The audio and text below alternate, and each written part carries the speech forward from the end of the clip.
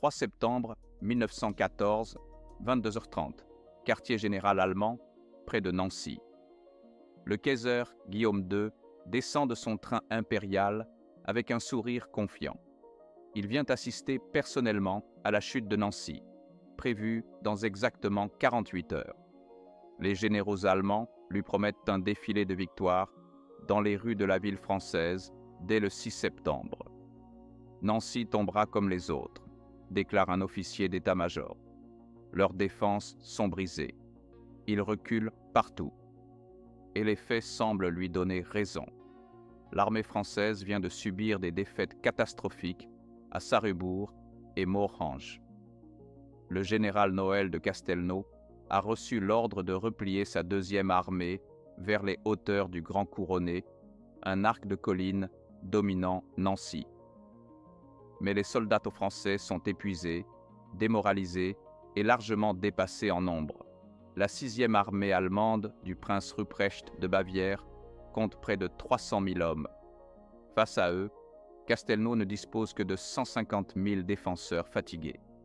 Pire encore, le général vient de perdre son fils à Morhange quelques jours plus tôt.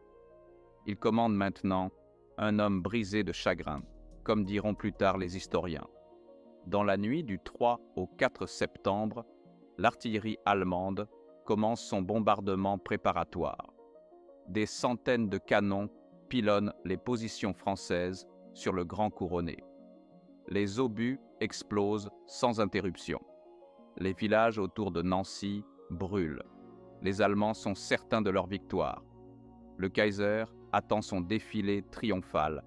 L'état-major allemand planifie déjà la prochaine offensive, après la chute de Nancy. Mais sur les hauteurs du Grand Couronné, Castelnau observe l'horizon illuminé par les explosions. Et il prend une décision. Nancy ne tombera pas. 4 septembre 1914, 06 heures. Les hauteurs du Grand Couronné. L'assaut allemand commence à l'aube. Des dizaines de milliers de soldats en uniforme gris-vert surgissent des forêts au nord et à l'est de Nancy. Les colonnes d'infanterie avancent en formation serrée, baïonnettes au canon, convaincus que les Français sont déjà vaincus. Les officiers allemands ont étudié les cartes. Ils savent que Castelnau vient de perdre à Morhange et Sarrebourg. Ils savent que l'armée française recule partout. Nancy ne peut pas résister. Vorwärts, hurlent les sous-officiers. En avant, la ville est à nous.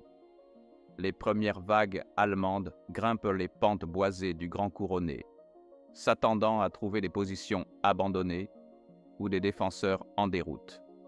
Mais à 1500 mètres, quelque chose d'inattendu se produit. Les batteries françaises ouvrent le feu. Le canon, de 75, modèle 1887, le secret le mieux gardé de l'armée française, révèle sa puissance terrifiante.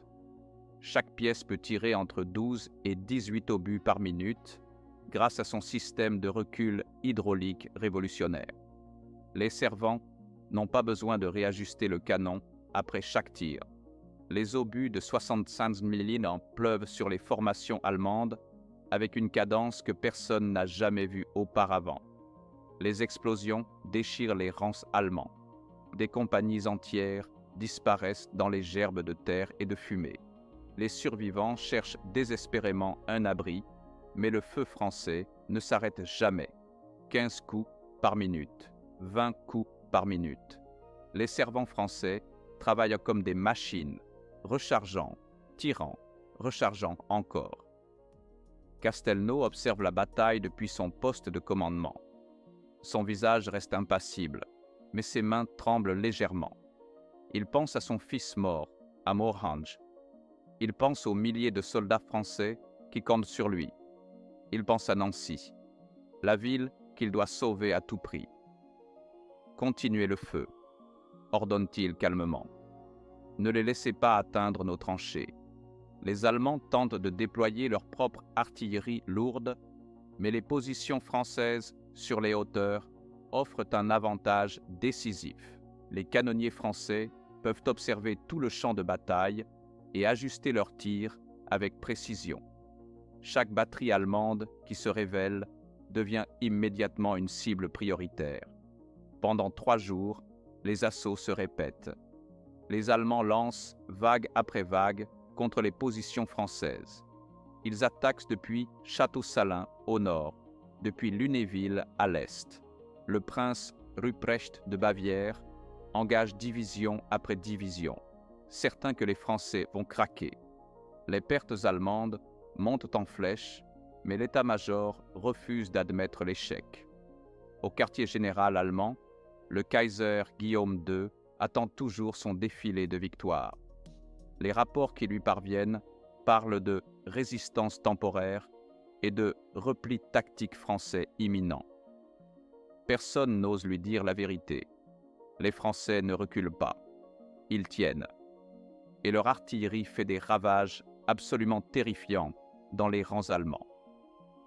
Le 7 septembre, après 4 jours de combats acharnés, les Allemands n'ont pas progressé d'un seul kilomètre.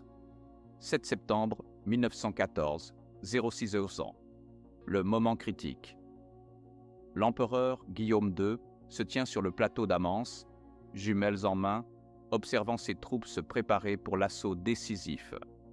Après 3 jours d'échecs sanglants, il a ordonné une attaque frontale massive. Nancy doit tomber aujourd'hui. Son prestige personnel en dépend. Toute l'Europe observe.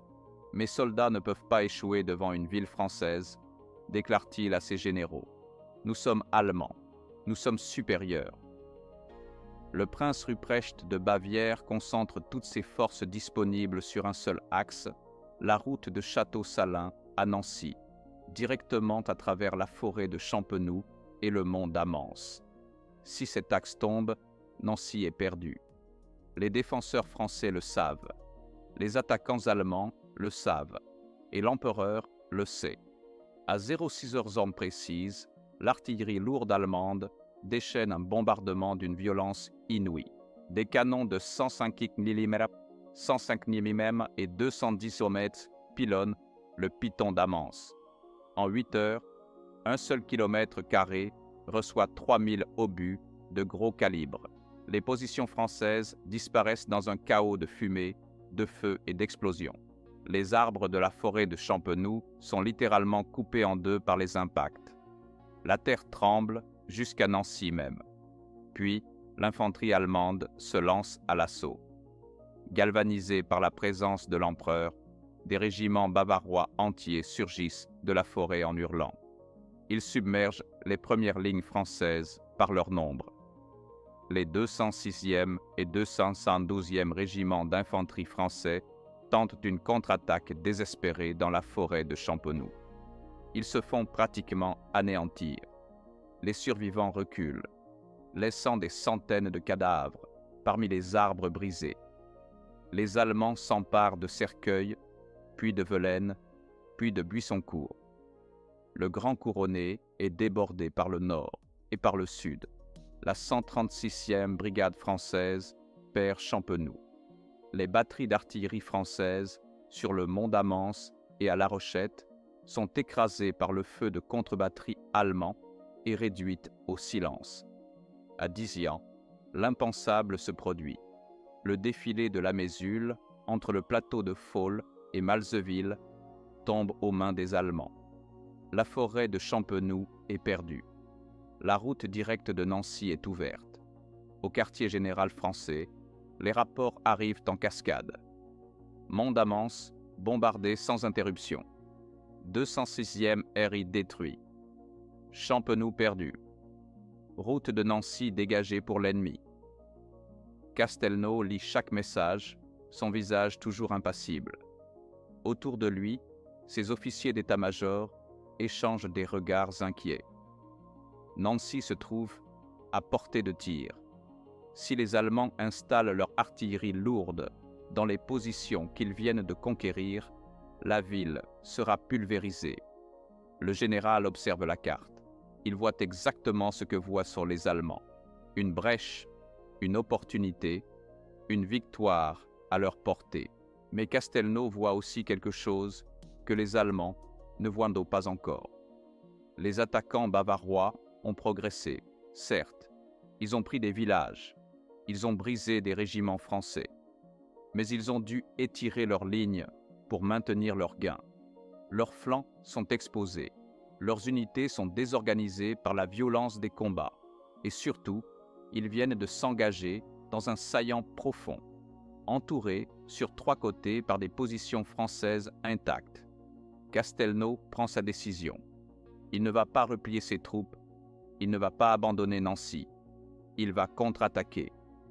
Préparez le groupement Ferry, ordonne-t-il calmement. Rassemblez tous les bataillons disponibles, artillerie comprise. Nous attaquons au crépuscule. 7 septembre 1914, 18h30. Le crépuscule tombe sur le Grand Couronné. Le groupement Ferry est prêt. Le général Abel Ferry a rassemblé tous les bataillons disponibles qu'il a pu trouver dans les réserves de la 2e armée, des compagnies du 15e corps d'armée, des bataillons du 20e corps, des batteries d'artillerie prélevées à droite et à gauche. Une force de frappe improvisée, composite, constituée d'unités épuisées par 4 jours de combats acharnés. Mais Castelnau observe le champ de bataille et prend une décision surprenante. Le groupement Ferry n'attaquera pas ce soir, annonce-t-il calmement. Ses officiers d'état-major le regardent avec incompréhension. Les Allemands tiennent Champenoux. Ils menacent directement Nancy. C'est maintenant qu'il faut contre-attaquer avant qu'ils ne consolident leur position. Attendez, répond Castelnau. Observez. Et en effet, quelque chose d'étrange se produit sur le champ de bataille. L'assaut allemand de 17h, celui que l'empereur Guillaume II attendait comme décisif, s'est brisé sur les lignes du 20e corps. Les vagues d'infanterie bavaroise, pourtant galvanisées par la présence impériale, n'ont pas percé. Les combats sont intenses, les pertes terribles des 2 côtés, mais les positions françaises tiennent bon. Au quartier général allemand, le général von Mertz, commandant du 3e corps d'armée bavarois, écrit dans son journal de guerre « Les résultats, pour la journée du 7, se révèlent moins grands que ce qu'on avait admis le 7 au soir. Les pertes sont importantes. » C'est un euphémisme tragique. La vérité est bien plus sombre pour les Allemands. 4 jours d'assauts frontaux contre les positions fortifiées du Grand Couronné ont saigné à blanc les régiments bavarois. Le 14e régiment d'infanterie s'est fait décimer dans la forêt d'Oéville, pris entre le feu français et la confusion de l'obscurité. Les soldats bavarois paniqués ont fini par se tirer dessus dans le noir. L'artillerie française, notamment les batteries de canons de 75 positionnées sur le mont d'Amance, a massacré chaque vague allemande qui tentait de déboucher de la forêt de Champenoux. Les servants français ont tiré jusqu'à ce que leurs pièces soient brûlantes. Les douilles s'empilaient par centaines autour de chaque canon, et les vagues allemandes continuaient de s'effondrer sous le déluge d'obus. La nuit du 7 au 8 septembre, le silence tombe progressivement sur le champ de bataille. Les Allemands ne lancent plus d'assaut. Leurs batteries d'artillerie ralentissent leur cadence. Les troupes bavaroises, épuisées, creusent des tranchées là où elles se trouvent, abandonnant toute idée d'avancer davantage. Au quartier général français, Castelnau reçoit les rapports de ses observateurs. Les Allemands se retranchent.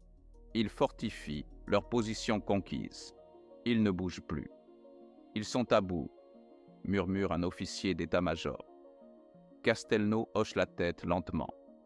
Il vient de comprendre quelque chose d'essentiel. La grande offensive allemande sur Nancy vient de s'arrêter. L'assaut du 7 septembre était l'ultime effort de Ruprecht pour tenter d'enlever Nancy. Et cet effort a échoué. Les Allemands tiennent encore Champenoux, Velaines, Cercueil. Ils menacent encore Nancy, mais ils ne peuvent plus attaquer. Leurs pertes sont trop élevées. Leur morale est brisée.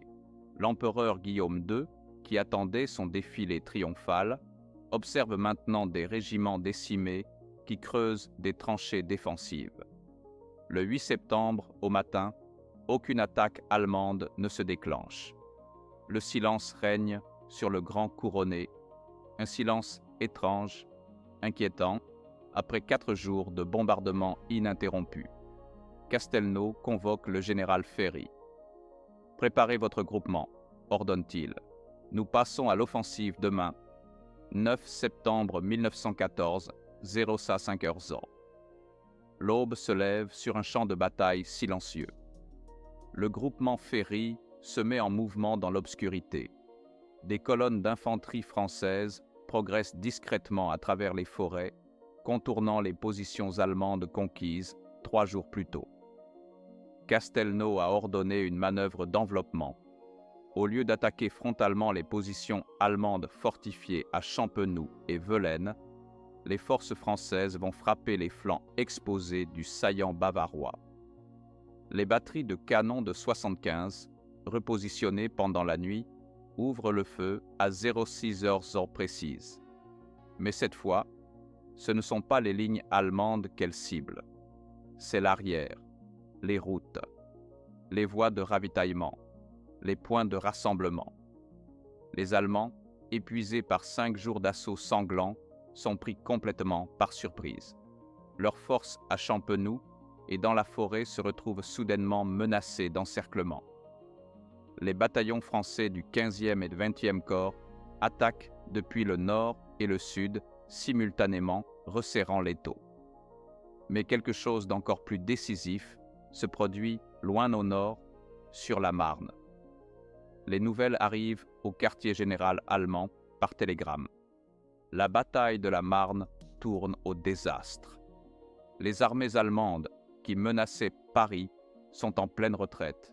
Le plan Schlieffen vient de s'effondrer, et avec lui, toute la stratégie allemande pour une guerre courte.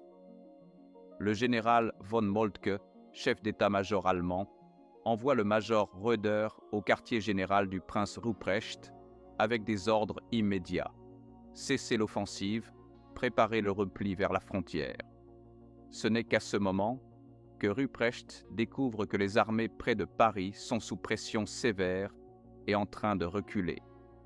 L'empereur Guillaume II, qui attendait toujours son défilé triomphal dans Nancy, comprend soudainement l'ampleur du désastre. Toute l'offensive allemande en France vient d'échouer.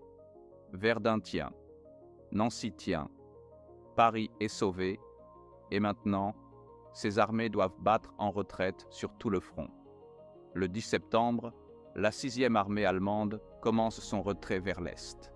Ce n'est pas une retraite ordonnée et tactique. C'est une fuite précipitée.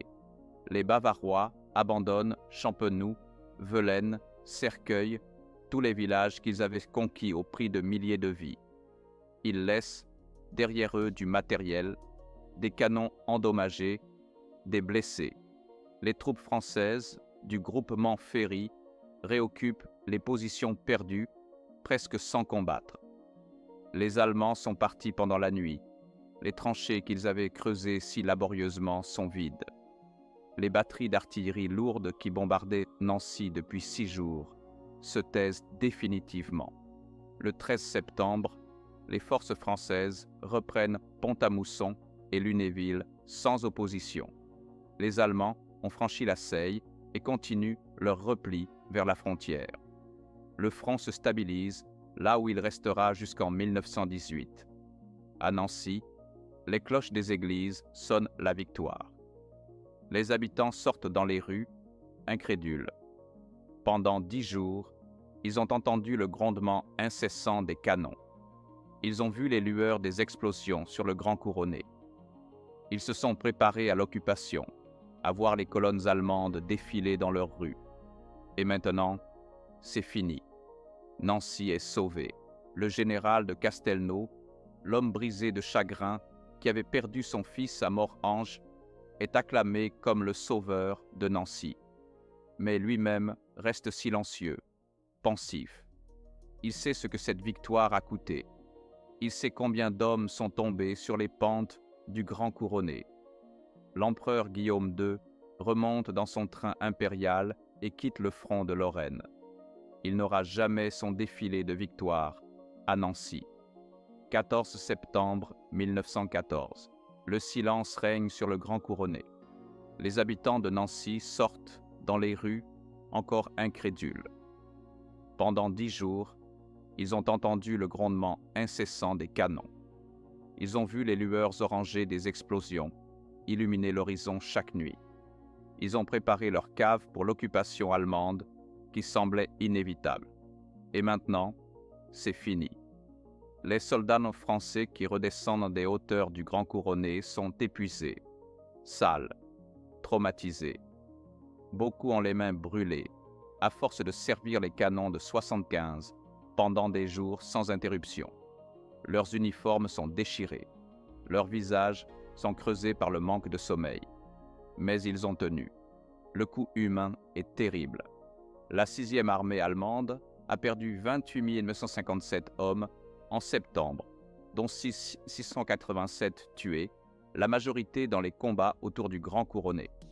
Les régiments bavarois qui ont assailli les positions françaises ont été littéralement décimés.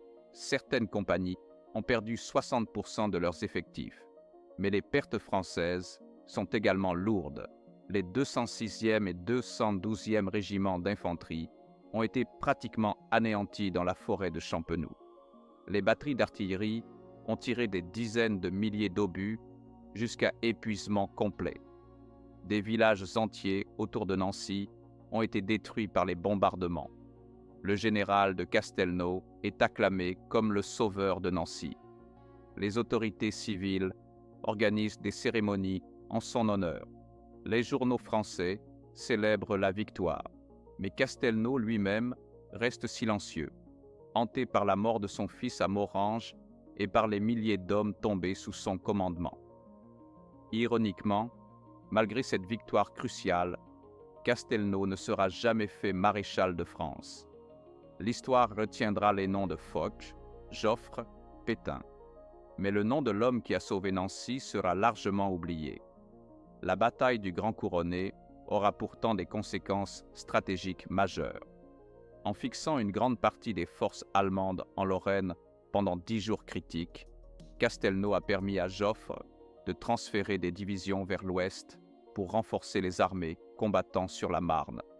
Les troupes et les ressources que le prince Ruprecht a gaspillées dans ses assauts sanglants contre Nancy auraient pu faire la différence près de Paris. L'empereur Guillaume II remonte dans son train impérial et quitte le front de Lorraine sans un mot. Le défilé triomphal qu'il attendait ne viendra jamais.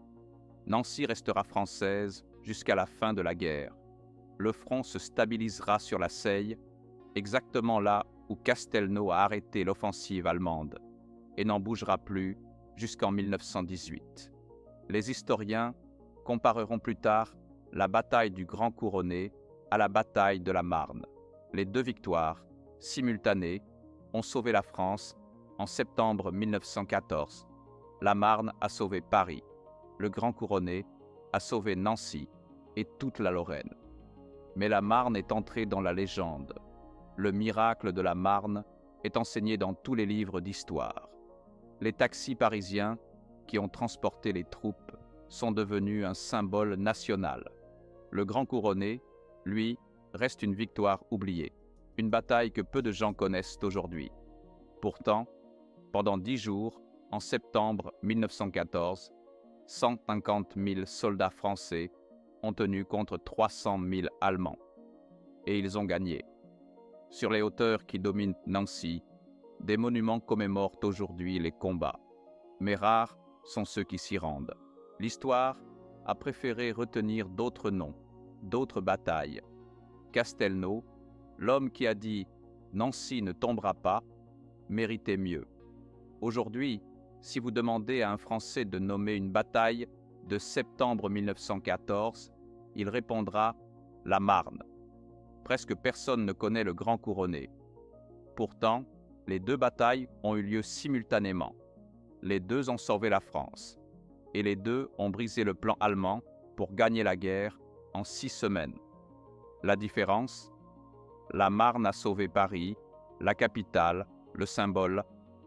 Le Grand Couronné a sauvé Nancy, une ville de province en Lorraine. L'une est entrée dans la légende nationale, l'autre est devenue une note de bas de page dans les livres d'histoire. Mais militairement, le Grand Couronné était tout aussi crucial, en fixant près de 300 000 soldats allemands en Lorraine pendant 10 jours critiques. Castelnau a empêché le prince Ruprecht d'envoyer des renforts vers Paris. Les divisions bavaroises, qui se sont brisées contre les hauteurs de Nancy, auraient su faire basculer la bataille de la Marne dans l'autre sens. L'état-major allemand l'a compris trop tard. Le Kaiser Guillaume II est venu personnellement assister à la chute de Nancy, convaincu que ses armées étaient invincibles. Il a assisté au bombardement le plus intense jamais vu jusqu'alors. 3000 obus de gros calibre sur un seul kilomètre carré en 8 heures. Il a vu ses meilleurs régiments bavarois se lancer à l'assaut des positions françaises avec une confiance absolue. Et il a vu ces mêmes régiments se faire massacrer par l'artillerie française. Le canon de 75, modèle 1897, cette arme révolutionnaire que l'armée française gardait secrète depuis des années, a révélé sa puissance terrifiante. 15 à 20 coups par minute. Une cadence de tir que personne n'avait jamais vue. Une précision mortelle grâce au système de recul hydraulique qui permettait de tirer sans réajuster le canon. Les Allemands avaient sous-estimé les Français. Ils pensaient que les défaites de Morhange et Sarrebourg avaient brisé le moral français. Ils croyaient que Nancy tomberait en 48 heures. Ils étaient certains de leur supériorité. Et pendant 10 jours, 150 000 Français ont tenu contre 300 000 Allemands. Puis, ils ont contre-attaqué et gagné. La 6e armée allemande a perdu 28 957 hommes en septembre, dont 6 587 tués, la majorité au Grand Couronné. Les historiens estiment que les 50 brigades allemandes qui ont combattu en Lorraine ont subi 60% de pertes, soit environ 66 000 hommes mis hors de combat. Un désastre militaire absolu. Le front s'est stabilisé sur la Seille le 13 septembre 1914 et n'a plus bougé jusqu'en 1918. Nancy est restée française. L'Alsace-Lorraine que l'Allemagne espérait conquérir définitivement lui est restée inaccessible. Et le rêve d'une victoire rapide s'est effondré sur les pentes du Grand Couronné. Castelnau, l'homme qui a dit « Nancy ne tombera pas », méritait le titre de maréchal de France. Il ne l'a jamais reçu. L'histoire a préféré célébrer d'autres noms. Mais le 13 septembre 1914, quand l'empereur Guillaume II est remonté dans son train impérial sans son défilé triomphal, chaque soldat allemand savait la vérité. Il venait de se heurter à quelque chose qu'il n'avait pas prévu. La détermination française, la supériorité technique du canon de 75 et un général prêt à tout sacrifier pour sauver sa ville. Nancy tient toujours.